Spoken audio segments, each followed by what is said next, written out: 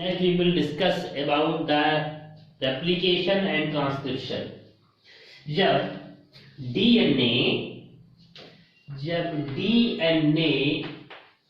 से डीएनए की दूसरी कॉपी बन जाती है, जब डीएनए से डीएनए की दूसरी कॉपी बन जाती है तो ऐसे प्रोसेस को मैं रेप्लिकेशन बोलता हूं। तो ऐसे प्रोसेस को मैं रेप्लिकेशन बोलता हूं। और जब डीएनए से आरएनए का फॉर्मेशन होता है, आरएनए बनता है, तो ऐसे प्रोसेस को मैं रेप्लिकेशन नहीं कहता हूं, तब ऐसे प्रोसेस को मैं ट्रांसक्रिप्शन बोलता हूं। ट्रांसक्रिप्शन बोलता हूं मतलब ट्रांसक्रिप्शन में डीएनए से आरएनए बनता है और रेप्लिकेशन में डीएनए से डीएनए की ही दूसरी कॉपी बनती है। इन दोनों प्रोसेस को करने के लिए कई सारे एंजाइम की जरूरत होती है। Both of this process needs a number of enzymes. इन दोनों प्रोसेस के लिए ही ढेर सारे एंजाइम की जरूरत पड़ती है। वो एंजाइम कौन कौन सी है? सबसे पहला एंजाइम है हेलिकेज। सबसे पहला एंजाइम है हेलिकेज। अब हेलिकेज ये है कि ये डीएनए है, दिस इज ए डीएनए, ये डीएनए का स्ट्रैंड है। इस डीएनए के स्ट्रैंड को एक रस्सी के तरीके से या इलेक्ट्रिक वायर के तरीके से, जिसके दो स्ट्रैंड है, उसको खोलने के लिए यहां पर ये हेलिकेज एंजाइम काम करता है। Helicase enzyme is responsible for the unwinding of the strand of DNA. DNA के स्ट्रैंड्स को खोलने का काम हेलिकेज करता है। Helicase is responsible for unwinding the strands of Helicase is responsible for unwinding the strands of DNA. DNA की strands को unwinding का काम कौन करेगा? हेलिकेज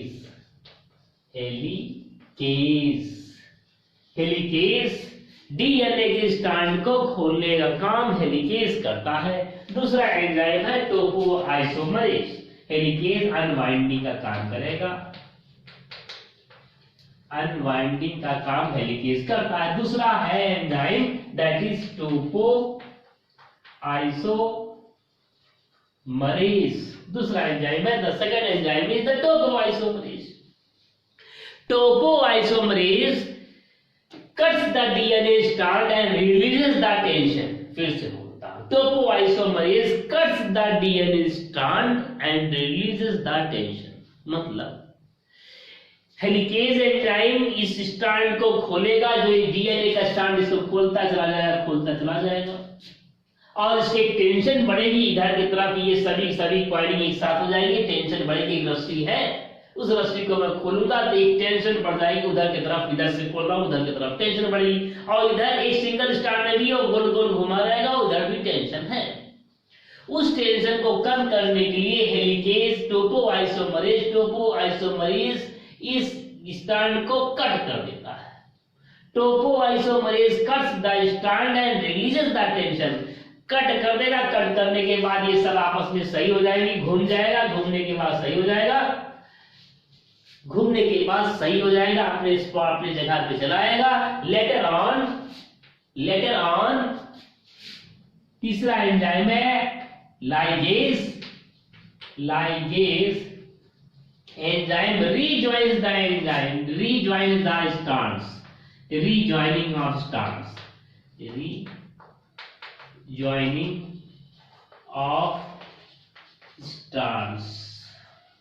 ये कौन सा काम करेगा? Topoisomerase releases the tension, cuts the strand of DNA and releases the tension, cuts the strand and releases the tension.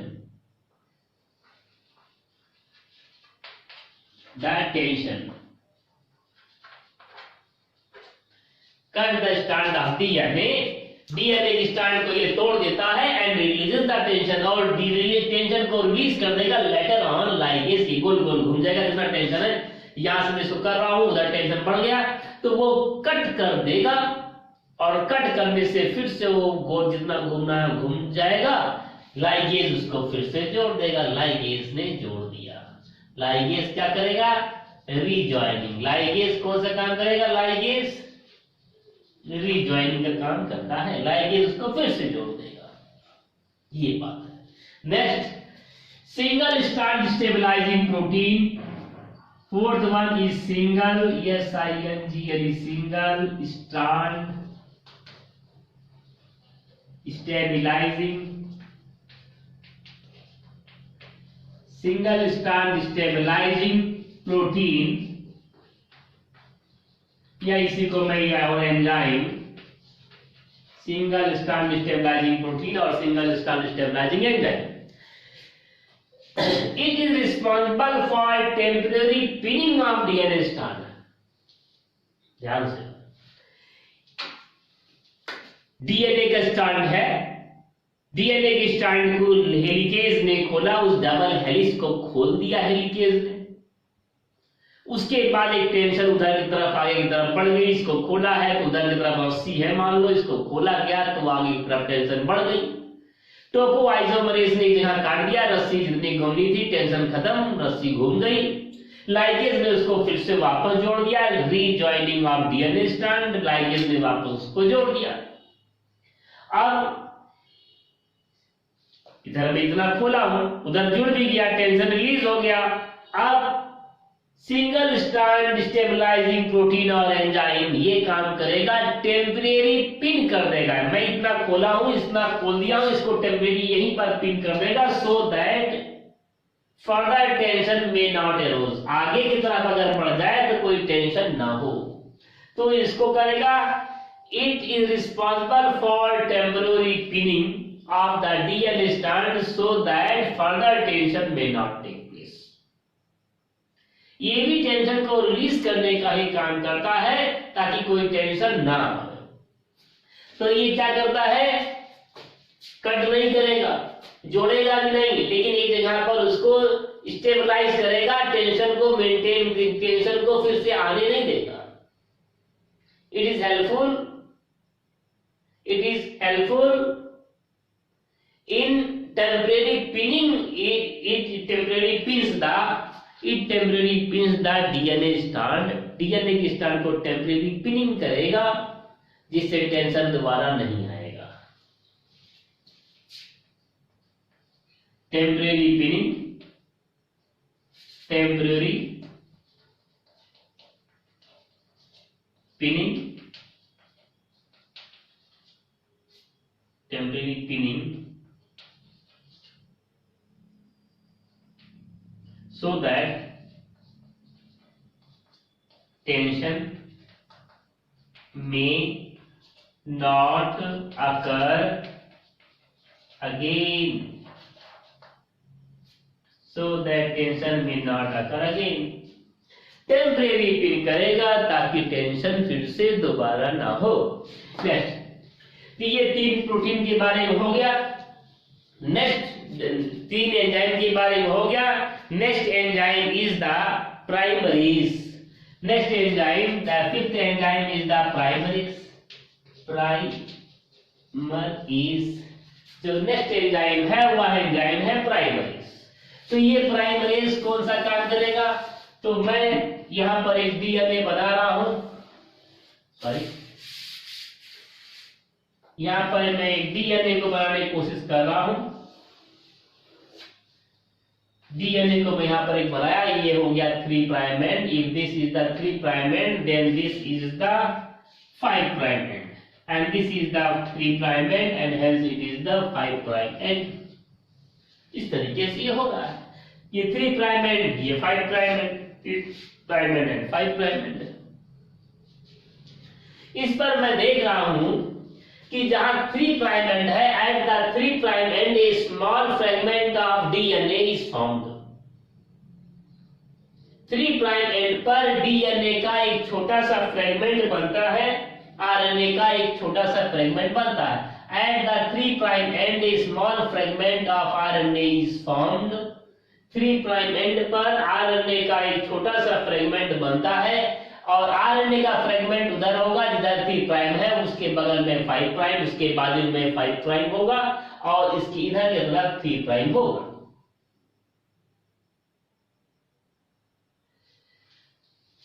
At the 3 prime end of DNA, small fragment of RNA is formed. DNA के 3 prime and पर RNA का छोटा सा fragment बनता है। This fragment is formed by a enzyme. That enzyme is known as primerase. यह fragment RNA का जो छोटा सा फ्रेगमेंट 3 प्राइम एंड पर बनता है वह एक एंजाइम के द्वारा बनता है। That enzyme is primase.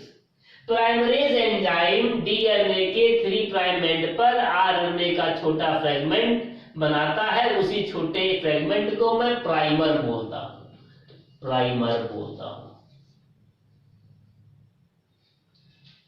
प्राइमरेज primer का फॉर्मेशन करता है। Primase is responsible for the formation of primer. Primer is a small fragment of RNA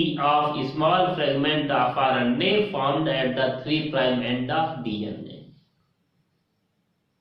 प्राइमरेज enzyme primer का फॉर्मेशन करता है। प्राइमर आरएनए का छोटा सा फ्रेगमेंट, छोटा सा टुकड़ा होता है जो कि डीएनए की 3 प्राइम एंड पर बनता है। तो यहाँ पर डीएनए का 3 प्राइम एंड यहाँ बना, यहाँ पर डीएनए का 3 प्राइम एंड है। अभी तक तो यही है, यही तो खुला हुआ है। तो यहाँ पर 3 प्राइम एंड ये है, तो यहाँ पर प्राइमरेज एंजाइम काम करेगा और यहाँ पर प्राइमर बन जाएगा। Primer is small fragment of RNA. Primer RNA का बहुत छोटा सा फ्रेगमेंट होता है। तो यहाँ पर आरएनए का छोटा सा फ्रेगमेंट प्राइमर बना हुआ है। तो प्राइमरेज, नेक्स्ट एंजाइम इज प्राइमरेज। प्राइमरेज क्या काम करेगा? प्राइमर का फॉर्मेशन करेगा। प्राइमर का फॉर्मेशन करता है, प्राइमर का फॉर्मेशन करेगा। प्राइमर क्या होता है? Small fragment of, primer is small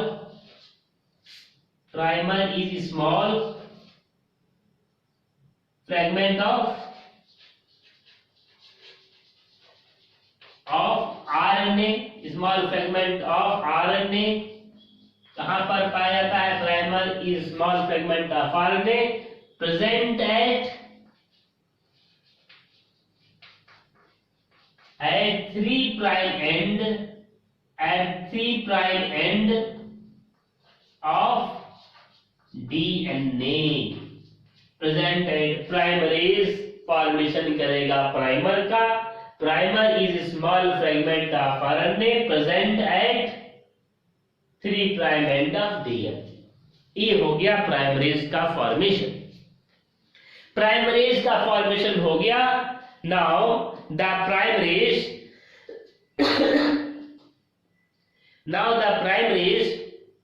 प्राइमरेज का फॉर्मेशन हो गया। अब प्राइमरेज का फॉर्मेशन हो गया है, प्राइमर का फॉर्मेशन हो गया है। अब न्यूक्लियोटाइड को एक्टिवेट किया जाएगा। Now the nucleotides are activated. अब न्यूक्लियोटाइड्स एक्टिवेट किए जाएंगे by the help of an enzyme. That enzyme is known as phosphorylase. वह एंजाइम का नाम है, उस एंजाइम का नाम है phosphorylase. Sixth enzyme that is phosphorylase.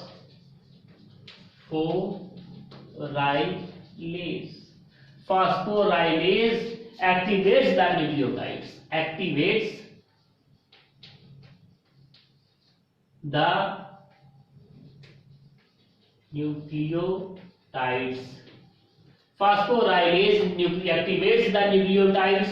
ये जो है प्राइमर का फॉर्मेशन हो गया है। प्राइमर के फॉर्मेशन के बाद फॉस्फोराइलेज न्यूक्लियोटाइड, जो न्यूक्लियोटाइड सेल साइट जो कि न्यूक्लियस के अंदर है,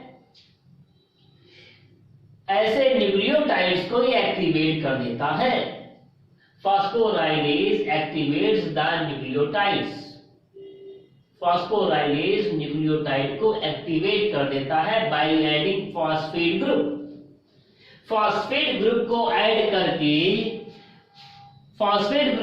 करके न्यूक्लियोटाइड्स को एक्टिवेट कर देता है। And activated nucleotides join with the nitrogenous bases and activated nucleotides joined by the nitrogenous bases present joined to the nitrogenous bases. Activated nucleotides DNA के नाइट्रोजनस बेसिस से ज्वाइन हो जाता है and forms a chain in 3' to 5 direction. 3' to 5' direction.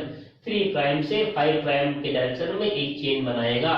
कहां पर बनाएगा? सबसे जरूरी. क्यों नहीं, क्यों, कैसे बना रहा है? क्योंकि जो प्राइमर है, प्राइमर के 3' एंड पर OH फ्री OH पाया जाएगा. उस फ्री OH से जुड़ा एक न्यूक्लियोटाइड, फिर यहाँ पर इसके फ्री OH से दूसरा न्यूक्लियोटाइड, ऐसे न्यूक्लियोटाइड जुड़ते हैं, जो एक्टिवेटेड न्यूक्लियोटाइड जुड़ते चले जाते हैं. It activates the phosphorylase activates the nucleotide and activated nucleotide join to the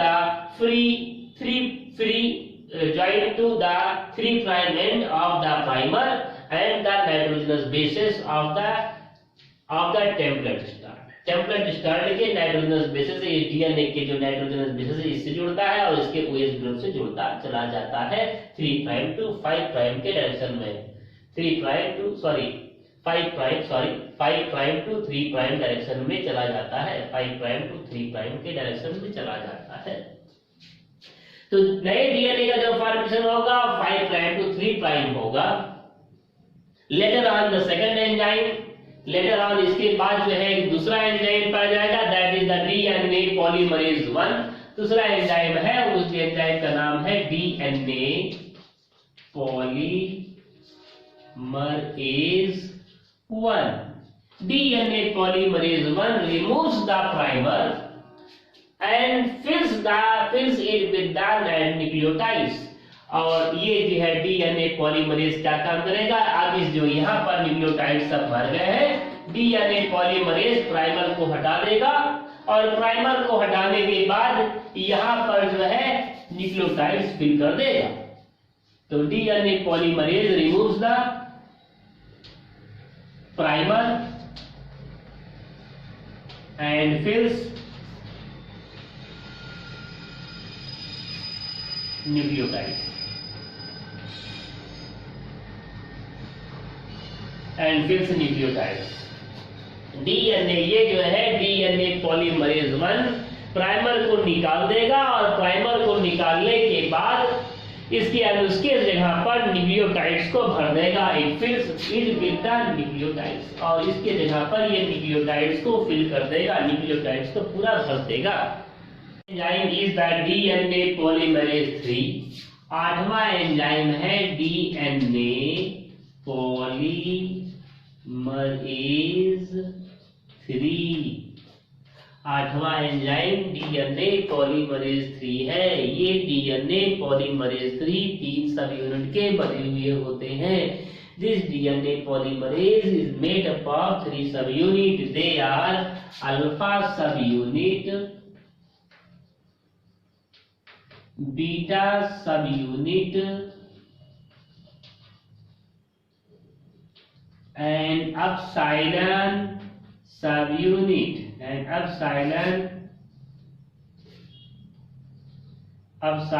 subunit.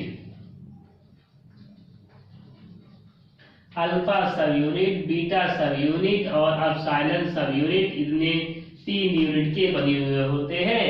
Alpha subunit is catalytic unit,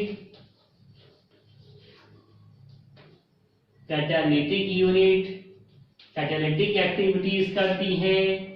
beta subunit, alpha subunit is catalytic subunit, beta subunit is responsible for sliding. Beta subunit is responsible for sliding clumps, CLUMP clump. इसको slide करने का काम करता है, खसकाने का काम करता है. बीटा सबयूनिट स्लाइडिंग क्लम्प का काम करता है. And omega subunit is responsible for the proofreading. Omega subunit proof reading का काम करता है. प्रूफ रीडिंग का काम करता है, मतलब अगर यहाँ एडेनिन है तो यहाँ पर थायमिन जुड़ा, यहाँ पर साइटोसिन है तो यहाँ पर गुआनिन जुड़ा, यहाँ पर गुआनिन है तो यहाँ पर साइटोसिन जुड़ा। इस तरीके से यहाँ पर थायमिन है तो यहाँ पर एडेनिन जुड़ा, इस तरीके से है। अगर कोई गलत यहाँ पर थायमिन से गुआनिन जुड़ गया, जुड़ना था एडेनिन को, तो ये प्रूफ रीडिंग गलती को पकड़ेगा, उसका करेक्ट कर देगा, यहाँ पर एडेनिन को जोड़ देगा।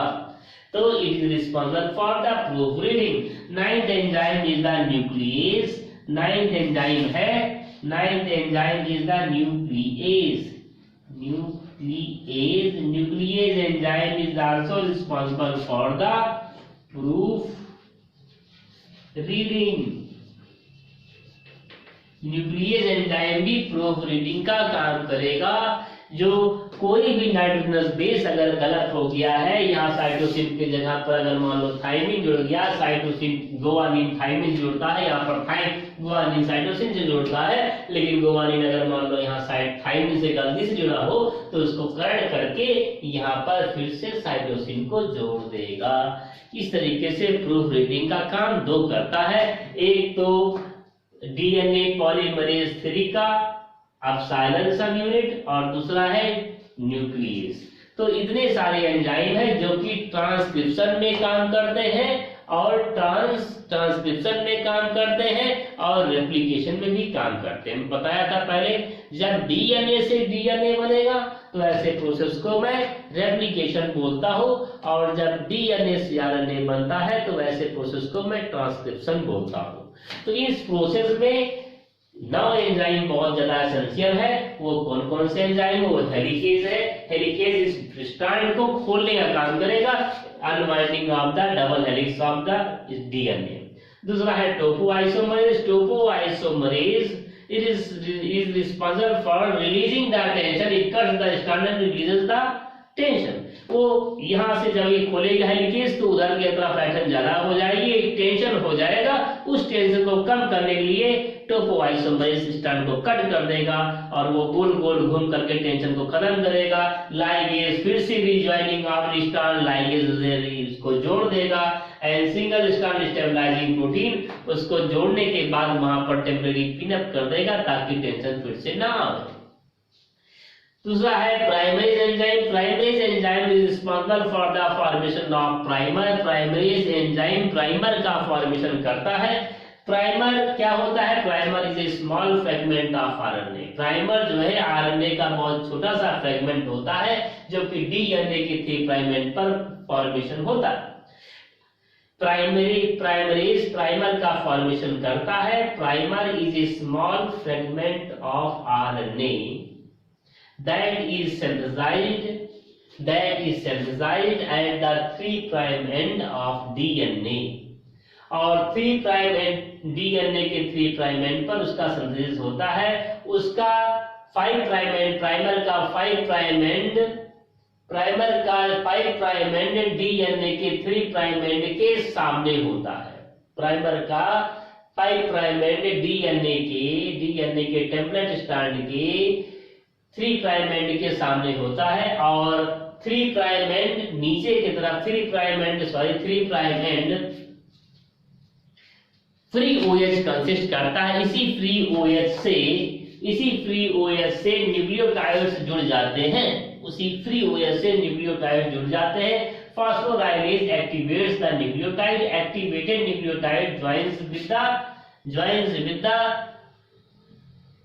primer and the nitrogenous bases present at the DNA के साथ जो nitrogenous bases है उसके साथ जो है न्यूक्लियोटाइड जुड़ जाएंगे। DNA polymerase 1 responsible for the removal of the primer and fills it with the nucleotides। तो ये क्या करेगा? DNA polymerase 1 प्राइमर को हटा देगा और उसके जगह पर न्यूक्लियोटाइड्स को लाकर के भर देगा, फिर से वापस लाकर के न्यूक्लियोटाइड्स को बैठा देगा। जिस काम के लिए बना वही प्राइमर का काम नहीं है। प्राइमर का काम था शुरुआत में। अब यहाँ पर न्यूक्लियोटाइड्स आएगा, डीएनए पॉलीमरेज 1 प्राइमर को हटा करके वहां पर न्यूक्लियोटाइड को फिल कर देगा। और दूसरा और एंजाइम है डीएनए पॉलीमरेज 3। ये 3 यूनिट का बना होगा। Alpha subunit is catalytic in function, beta subunit sliding clamp करेगा, उसको जो है उसको सरकाने का काम करेगा, एंजाइम को उसको खोलने का और सरकाने का काम जो है कौन सा न्यूक्लियोटाइड करता है, दैट इज द बीटा सब unit, and epsilon subunit is responsible for the proofreading, while nuclease is also responsible for the proofreading. nuclease भी proofreading का काम करता है। ये अगर कहीं भी इन केस कोई भी नाइट्रोजनस बेस अच्छे से कोड नहीं if the nitrogenous base is not coded correctly, then it replaces that nucleotides and places the correct nucleotide at that position. तो अगर उस पोजीशन पे अगर किसी पोजीशन कहीं पर भी न्यूक्लियोटाइड अच्छे से नहीं लगा हुआ है तो उसको वो रिप्लेस करके फिर से अच्छा सा न्यूक्लियोटाइड फिर से ठीक न्यूक्लियोटाइड लगा देगा। तो इन दोनों का काम होता है, बहुत इंपॉर्टेंट है ये दोनों, CM unit 3 and nucleus, this is responsible for the proofreading. गलती को सुधारेगा कौन? गलती को सुधारने वाला काम एप्सिलॉन सब यूनिट डीएनए पॉलीमरेज 3 का एप्सिलॉन सब यूनिट करता है और न्यूक्लियस करता है।